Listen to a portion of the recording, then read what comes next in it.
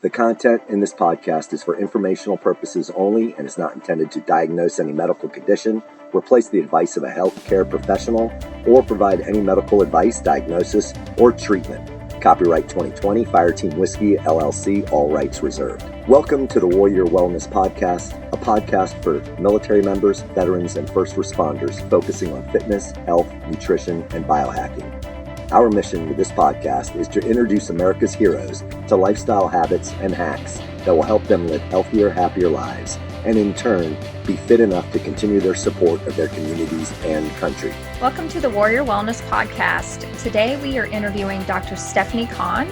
She is a cop turned psychologist and the author of the book, Increasing Resilience in Police and Emergency Personnel. Dr. Conn is attached to police, fire, and dispatch centers, and she offers debriefings, resilience training, guidance for peer support, team development, and various trainings in the subjects of trauma, stress, resilience, and factors affecting first responders and their families. This training and guidance is based on over her 22 years of working in the first responder profession and a lifetime of being a daughter and then wife of police officers. I hope you enjoy our interview with Dr. Stephanie Conn. Dr. Conn, thank you so much for being on the Warrior Wellness Podcast. And we'll just jump right in because especially now, more than ever, this is just a great topic to be reminded of. I know you and I have been talking about this issue for many, many, many years now, but because of the bringing in the forefront of this topic, now more than ever, really since 9/11, are we realizing the toll that trauma is taking on our first responders with this pandemic.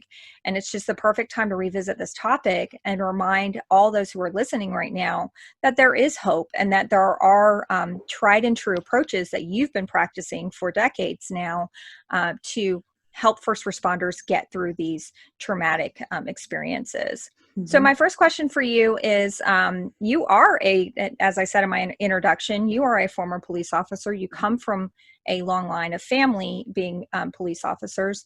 How has your family history and your own experience as a police officer led to what you do today? I mean, my dad was an officer for almost 40 years. And so I had, and he worked in a small department where his officers visited the home in the evenings to talk about cases they were working on or, public scrutiny or, media scrutiny or whatever it was. And so very early on, I had a great admiration and respect for police and what they did and thought it was very interesting. I was a dispatcher for police, fire, and ambulance prior to being an officer. And so then going into that, and then I met my husband when I was a dispatcher. He was an officer, totally strange story. I know it never happens anywhere that officers and dispatchers date or marry, but we've been together for almost 21 years now, and he was an officer for 18 of those years. And so I think, that, and then just being an officer myself, I noticed that there was a gap in mental health services for officers and that were having struggles. And so that's actually what led me to go into working with them as a psychologist, as a clinician, is I saw the gap because I had people, coworkers when I was an officer, ask me, for support that I wasn't equipped to give them because I was a peer supporter and I'm there to just, do some psych first aid and, refer them on to a professional. But I had a hard time finding the professionals. I had a hard time finding people that understood the culture. And so I became, a clinician to try to fill that gap to the degree that I could. Yeah. I love that you said understood the culture. Mm-hmm. I think that is huge. I just get chills, thinking about this issue. When I was first hired as a behavioral health provider, I was in the Army for 10 years. Mm-hmm. And when I was hired to basically ramp up the first mental health program in the Florida National Guard, that was very important to the higher ups who were hiring me, that mm-hmm. I spoke the language and that I understood the culture. Not mm-hmm. only was I equipped with the tools, as a professional, as a licensed, clinician, but there's just kind of something about that translation of being there, doing that. You lived that life yourself, you were a dispatcher, you were a police officer, you're married to one, your husband was one. Do you think that makes a huge difference with people who are doing this stuff professionally, and those maybe who haven't had that experience? I think it gives you a ticket to people would be more apt to come to you. So now so people will come to talk to you quicker than they would someone else that didn't have that kind of background. Now that doesn't automatically make you just awesome and the other person is not, and another person that doesn't have the right heart or the right attitude and kind of being curious and dedicated to learning about the culture can't also be an outstanding clinician. But there's kind of an immediate, oh, okay, I don't have to explain things to you. Oh, okay, I don't have to censor my language with you or explain things, because a lot of clients that I see have said, yes, I've had counseling before, but I got really tired of having to explain myself over and over and over again. I wanted to start from a place where there was already an understanding of what I did and then go forward from there. I didn't want to be educating someone during the precious time that I had in a counseling session, because that's not the best use of my time. And, and then other times they were actually outright censored because maybe their language was raunchy or explicit or graphic or those kinds of things, and so they didn't want to deal with that either. And so there was just an expectation that I was not going to be offended by those kinds of things. Yeah, that's a good point.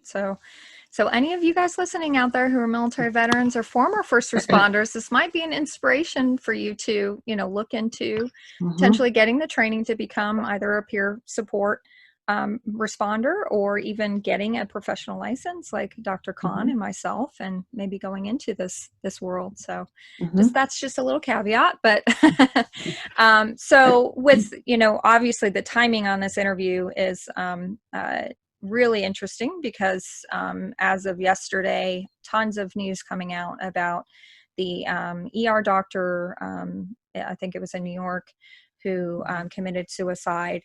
And with the pandemic going on right now and how long it's been going on, what would you say is the number one concern right now for you, as a professional clinician in this area for the first responder community? I have kind of mixed feelings about it, and I did hear about it, but I didn't hear much about it because I was working yesterday. But it's kind of a split, because some of the first responders that I talk to say, yeah, there's a risk to me, and my biggest concern is the risk to my family, because they, what happens to me can be transmitted to them. And so it's really more of a concern, or they have more of a concern for their family, because they already signed up for a job where they knew there was risk. So they're saying, well, that's just old hat. This is just another form of risk in my job but I've had some that were like, it actually isn't really bothering me a whole lot, other than what might happen to my family. And then others are bothered by, not just the risk that is involved, but some of the changes in their work, where some of the proactive policing is being squashed, or, certain protocols for treatment are being changed, which is making it more bothersome, because, paramedics are having to sanitize everything. And so their work is just so much more complicated and involved in those kinds of things. And so they become more frustrated by those kinds of things. But then, as much as people are complaining about some of those risks or changes, many of them are actually saying, this is actually fine for me, because I'm actually getting things done at home that I wasn't doing before. I'm spending time with my family that I didn't have before, and so some of them are actually, much to my surprise, are saying they're doing quite well with these changes, aside of not wanting to, all of a sudden be thrown into homeschooling. But they're finding the upside to this, because their world has kind of been taken off its axis in some respects. And so, not going to training and not doing other things that they would normally have to, or going to court, because those things have been postponed. So they have more time, and they're actually finding ways to spend it that's actually helpful for them, rather than being stretched too thin. Yeah, that's a good point. Yeah, that's a very good point. And you and I both know, and for those who are listening who don't, the fact is that first responders do have a higher rate of suicide. Mm-hmm. And this is not anything new. This has been going on since first responders existed. So, making the assumption that a first responder is going to be negatively affected by this pandemic is an assumption, because Mm-hmm. everybody is an individual and they have individual responses and Mm-hmm. coping mechanisms and bad and good, like we all do. Yeah. So we can't make the assumption that this is going to result in some sort of huge, mental health crisis in the first responder community. Right. Right. Which is sadly, I mean, again, and I don't want to gloss over that. Yes, it is very difficult for some, again, the increased risk of sickness or, releasing quote unquote low level criminals out of the jails, for those kinds of things. I'm not going to say that those things don't exist. But I also want to be very cautious that we don't say, oh my gosh, they're all going to do really, there's going to be a mental health crisis. They're not going to do well. And all this is going to be, because I think when we do that, we almost seem to say to them, you should be having a crisis right now. And if you're not having a crisis, maybe you're just not aware, or something's wrong with you that you're not in crisis. Because I've had a lot of first responders come to me after critical incidences and they say, I'm actually doing okay. I'm doing well. I continue to take care of myself. I continue to connect with my spouse. I have to do the things, do my workouts.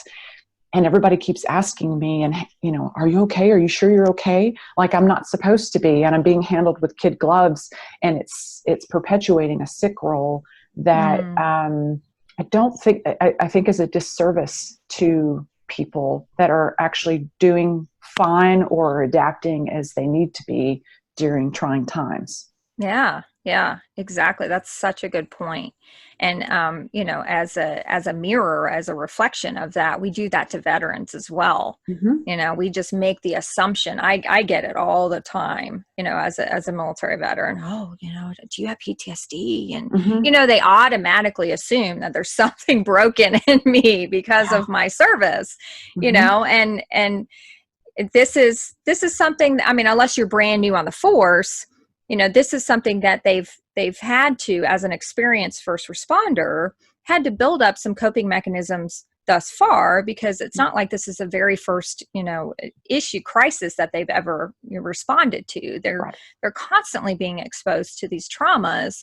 Maybe it's not compared to what's going on right now, but they have had the opportunity to build up some really good coping mechanisms, to put those in place, to have them help, have those things help them with what's going on right now. So we can't just make that assumption that they're going to have this crisis or be sick. Right. All right. So the next question I had for you was, those who are family members and friends of first responders, how can they, as kind of not in the force people, not first responder people, but caring very much, for their first responder spouse or son or friend. What are some tips that maybe you can give to them to, to not do that kid glove, assume they're going to be sick kind of thing? But what are some tips that you can give to them on how they can provide good support, but not, making those assumptions? Yeah, it's a good question, and it's something that I've thought about often, because we get a lot of generic advice. Oh, just, talk to your person about your concerns, or listen to your person talk about their concerns. But we sometimes, in talking with a person about their concerns, their fears about their work or things they've seen or those kinds of things, we actually, a very wise police chaplain said this. He said, we sometimes feed, fight, or fix a person's problems, or we try to. We feed it by saying, oh yeah, that is terrible. They shouldn't have done this to you, or, they should provide you better equipment, or blah. And so when they're doing that, they're kind of feeding that frenzy and that frustration that the person's having. So they walk away from that discussion, although feeling validated, they actually feel more stressed because the person's kind of co-ruminating out loud with them. or they fight it and say, well, you know, you're just kind of making a big deal out of nothing. If you don't get that promotion, it's no big deal, blah, blah, blah, you know, whatever it is that they're dealing with, or trying to fix it and say, well, let me just, you know, make some calls, or I know somebody who knows somebody who could tell you, you know, so you can have someone talk about an issue and you can meet it and actually exacerbate it by trying to feed, fight, or fix it. So, and this is an article I wrote a few weeks ago for LinkedIn, and I said, what you really want to do is try to empathize with the person first. You know, explore how they're coping. Well, how are you, you know, what might help you kind of put this aside, or, you know, or constructively deal with what parts you can constructively deal with and set aside what you can't. So having a conversation with them where you're exploring, you know, what their options are for either creating change or improving coping. And then the third one is actually engaging with them in something besides talking about the issue, the problem, like saying, okay, that sounds like a really rough thing that you've had to go through, or, you know, let's try to do something for the rest of the evening or the rest of the day or your weekend that will get your kind of mind and body in another place rather than that kind of stress-filled place. So it's engaging with an activity, you know, going for a walk, or, you know, watching a movie, or doing something else that you can do during these strange times to try to get the person engaging in their life rather than being saturated in the problem. And so those are the kinds of things that I think can be really helpful and far exceed that generic advice. Well, just talk to someone when you're stressed, because that doesn't always work. Yeah. Yeah. And they may or may not even want to talk about it. Right. You know? So you can't force the issue either. That's also damaging. Right.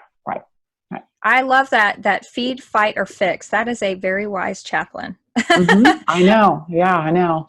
I love that. I'm going to have that embedded in my mind for the rest of my life. I really do love that. Just that's a very easy way to think of how you can support somebody, whether or not it's a first responder. You know, I'm just think of some of my friends who are kind of going through their own crises right now, and, you know, feed, fight, or fix. And you just kind of try and avoid those three things and just have enough empathy, but also ask them what they need. You know, what can I do to support you right now? What can I do to kind of progress you past and help you progress you past this issue?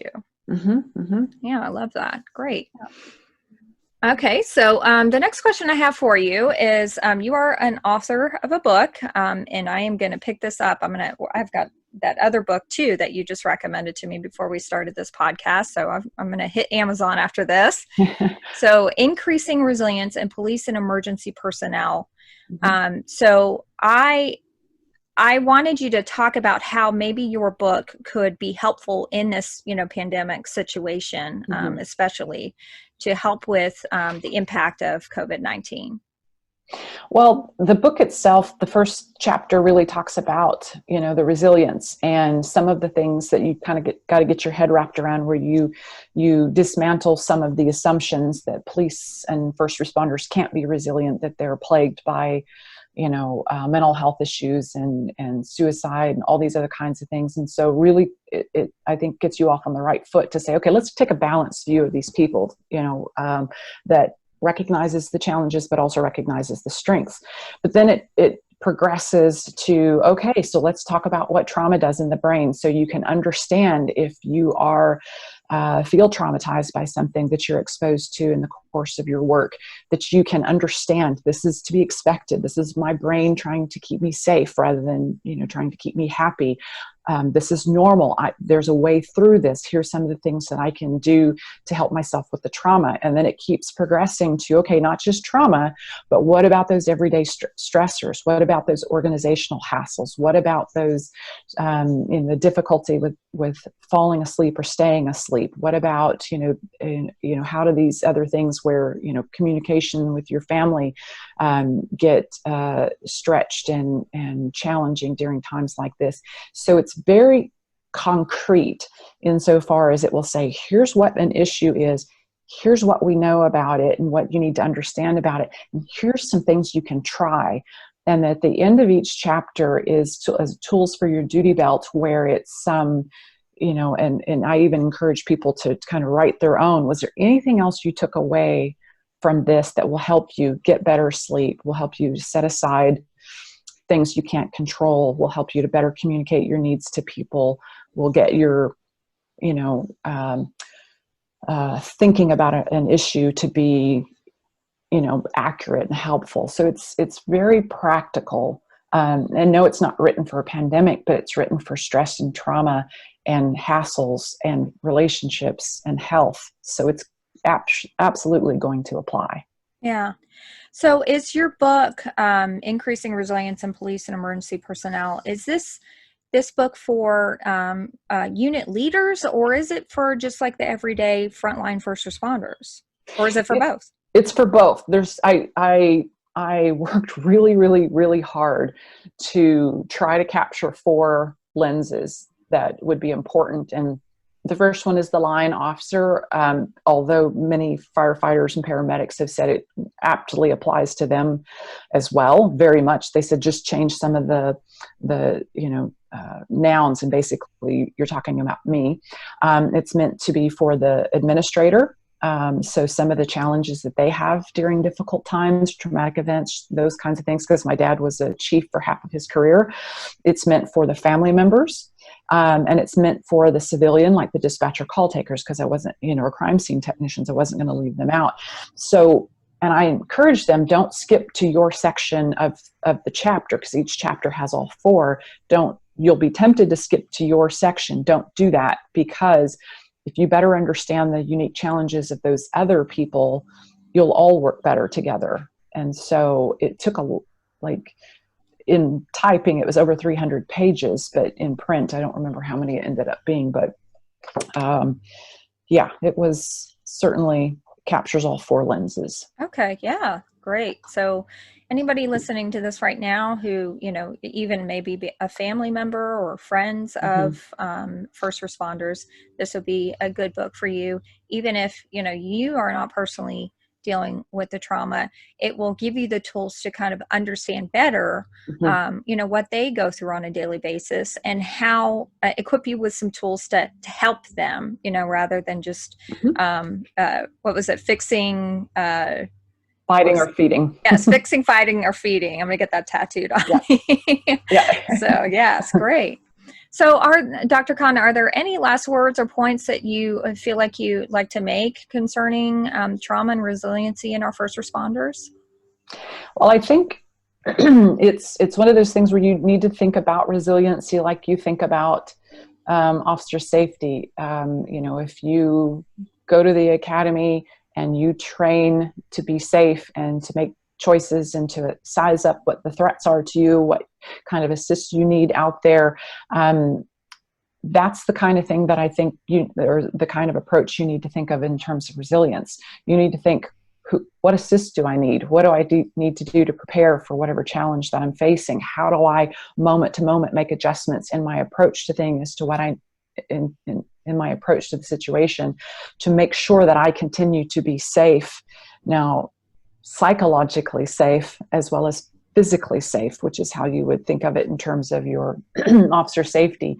Instead of taking the approach, I'll wait until something's really started to take a toll on me, and then I'll decide to practice safety. Then I'll decide to practice resiliency, because you don't wait until you're injured on a call physically, till someone assaults you because you've not been aware of your surroundings and the risk to you and not asked for the things you needed in terms of assist. You don't wait for that in your line of work. Don't wait for that in your life.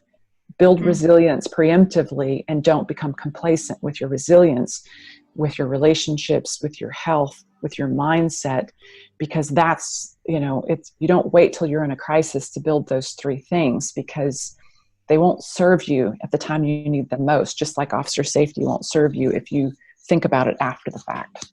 Exactly. Yeah, that's a great final point. That was perfect to end on. Well, Dr. Conn, thank you so much again for being on the Warrior Wellness Podcast. And we will put all the links, especially to your book, where they can purchase that, on the show notes. Yes, now she's showing it on the screen. So if you're listening to the podcast, you don't see it, but you can. Very awesome looking book. I can't wait to get it. Thank you so much, Dr. Conn. Yes, of course. Thank you. Hey guys, this is Captain Stephanie Lincoln with Fireteam Whiskey. Thanks for tuning in to our episode of the Warrior Wellness Podcast.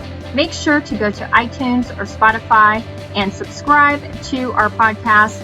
And while you're there, go ahead and leave us a review. And if you screenshot your review and send a screenshot of your review to info@fireteamwhiskey.com, we will send you some awesome Fireteam Whiskey swag.